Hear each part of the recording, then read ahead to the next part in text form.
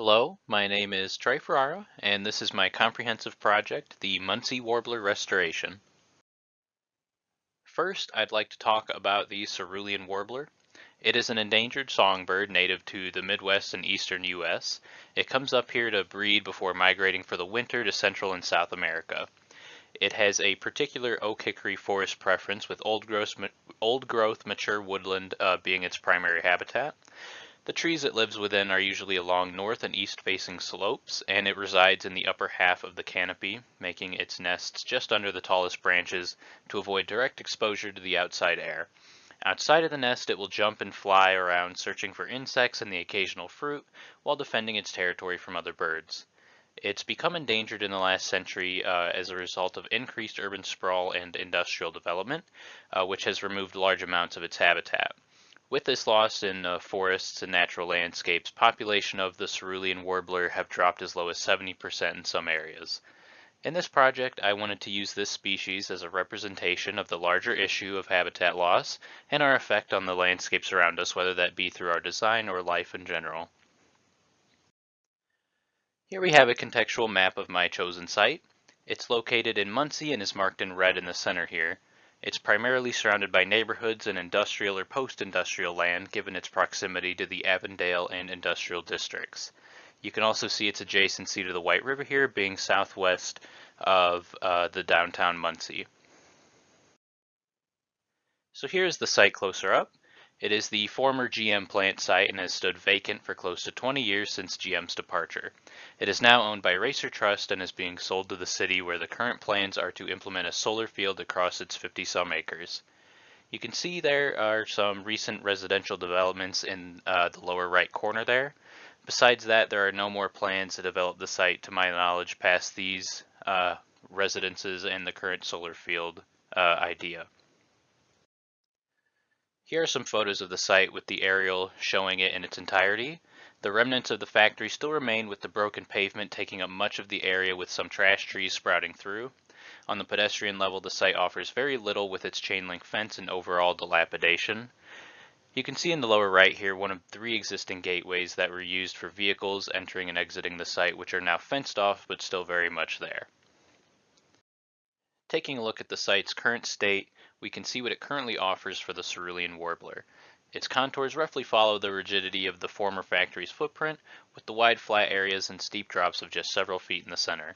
What vegetation is there generally follows this pattern as well. 2 urban soil types are found in this space, but generally have the same characteristics and offer the same potential for built design. Surrounding the site is a great deal of homes and industries, with the railroad bordering the north side of the site. I've found an existing MITS bus route following 8th Street to the south there that poses a great transportation opportunity. And lastly, I have marked along the east and west borders those 3 existing gateways I just mentioned. So my goals and objectives with this site and this project are primarily to provide the cerulean warbler a successful habitat in this vacant GM site. I'd like to transform it into one of more ecological value through the removal of pavement and perimeter fencing, replacing them with a mature old-growth forest over time. Earlier I mentioned that I wanted the warbler to serve as a representative species on the subject of habitat loss. I'd like to allow others the benefit of learning through this site and this species, given the current state of our world and our effect on the environment, through an educational program. That would mean bringing people into the site via field trips and a low-impact trail system. Informative signage would allow others to learn and teach others about this warbler and other species this design would bring in. Zooming out once again, I looked at a series of strengths, weaknesses, opportunities, and threats. Some of the strengths I identified included nearby parks, the Avondale neighborhood homes, and the MITS bus route connection. Industry and sources of noise or pollution I felt were weaknesses and threats, as they are what I'm trying to avoid and convert this site away from.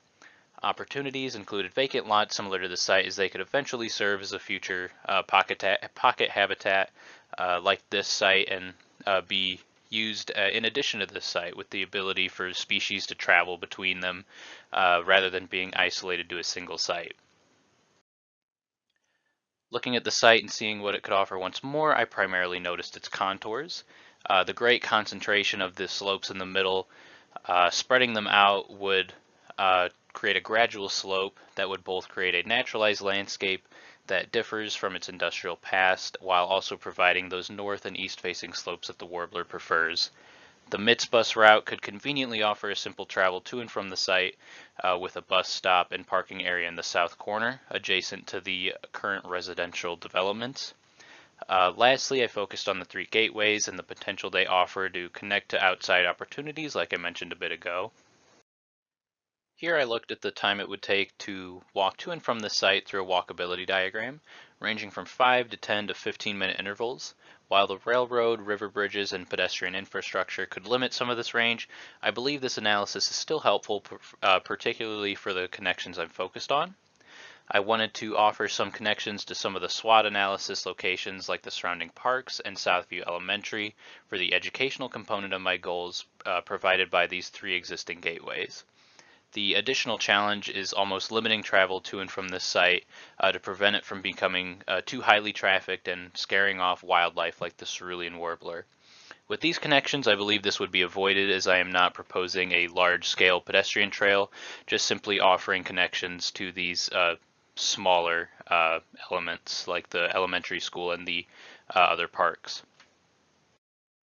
It's unlikely that a mature oak hickory forest could appear or be implemented in a short period of time, as they take decades or more to establish. So here I looked at what the stand could look like over time in hopes of pinpointing when the warbler could use the site. From day one, the site would look a whole lot different from what I eventually came to with my master plan, as it would be educating people on species and environments different from the warbler and an old-growth forest. So here I identified some of those species and what this site could bring in besides the warbler before the mature forest is achieved. Familiar species like white-tailed deer and cottontail rabbits would make this site a recognizable Indiana wildlife setting almost in the middle of Muncie.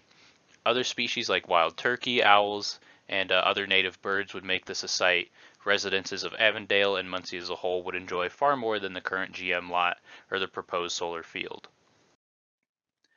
So I put three rough concepts together of the site's functions, focusing mostly on the warbler and the visitors. In this exploratory concept, I outlined the primary warbler zone in the middle strip and provided a looping trail system that explored the majority of the site, offering recreational benefits as well as educational.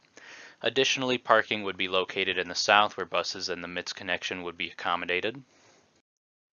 In the birdwatching concept here, the second concept, I looked at the idea of secluding the warbler to a central isolated zone where the trail would not intrude.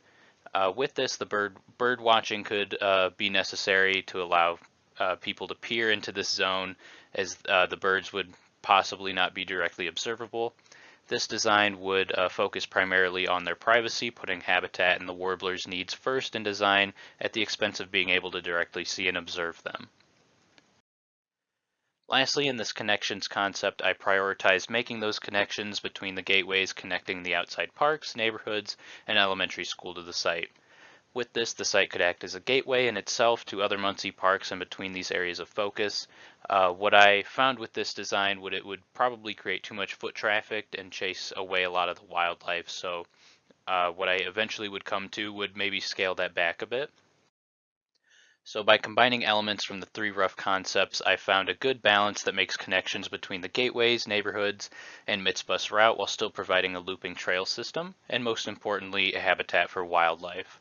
Trails weave in and out of the optimal warbler range along the slopes while covering much of the rest of the site in a series of loops. Two existing gateways are used as secondary entries for the neighborhood residents to use outside of the MITS connection in the main entrance to the south there. So here's the master plan I came up with.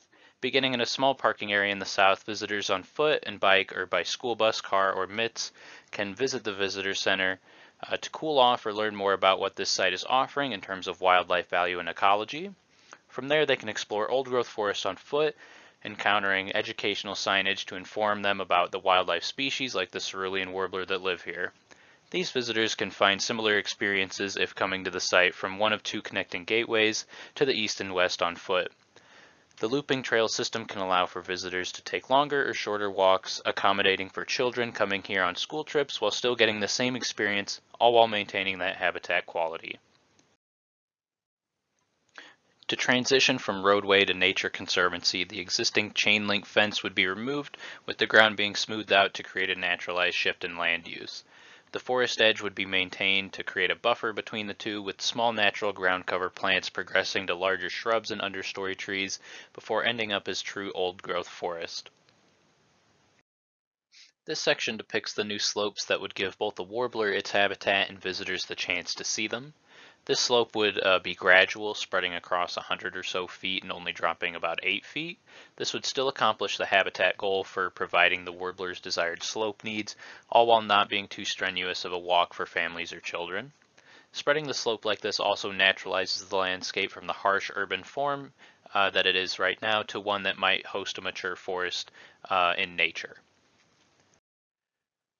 This is some of the signage that trailgoers can find among the paths on site.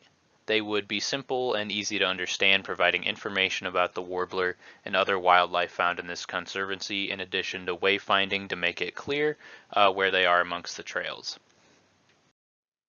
Here are some of the various signs in this design. We have the trail sign from the last slide before that would be available to read while on paths. They would be right along the trail. On the left would be the wayfinding signage that would be along streets around the site and Avondale to properly direct people to the correct direction. It incorporates other Muncie Road signage found across the city, like color palette and shape. And lastly, at the bottom would be the official park sign found at the entry drive along the road. It would be simple and direct like much of Muncie's other park signage, while incorporating a different material palette like stone and metal that creates a unique identity for the park. Getting off the bus, this is what visitors and school children could see when entering the site. A small plaza leading into the visitor center would be immediately present, as well as a small shelter for sitting and resting. This plaza would also lead into the woodland, with the trails starting here. The MITS bus stop would be located at the edge of 8th Street and lead users directly through the parking lot and into the plaza from before. This entryway into the site would remain generally more open compared to the rest of the park, so the parking lot and moving vehicles like school buses are visible and unobstructed for people on the path. So this is what a cerulean warbler might see of the park's entrance.